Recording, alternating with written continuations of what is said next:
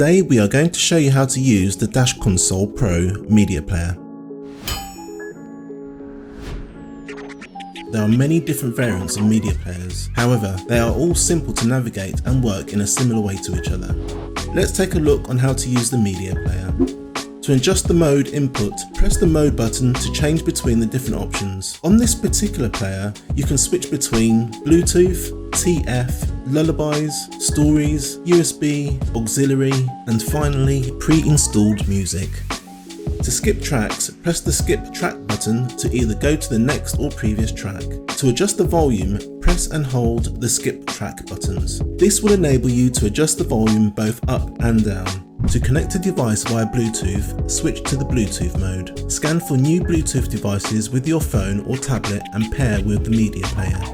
And that's it. That is how to use your media player in your ride-on.